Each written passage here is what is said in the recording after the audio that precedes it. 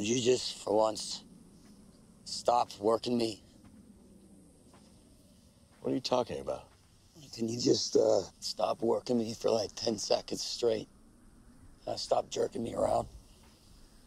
Jesse, I am not working you. Yes. Yes, you are. All right, just drop the whole concerned dad thing and tell me the truth. I mean, you're acting like me leaving town is all about me and turning over a new leaf, but it's really about you.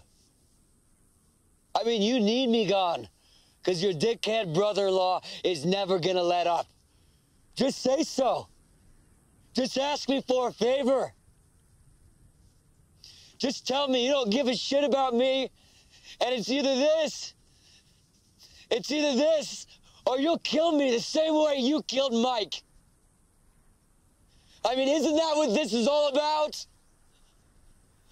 Us meeting way the hell out of here? In case I say no? Come on. Just tell me you need this.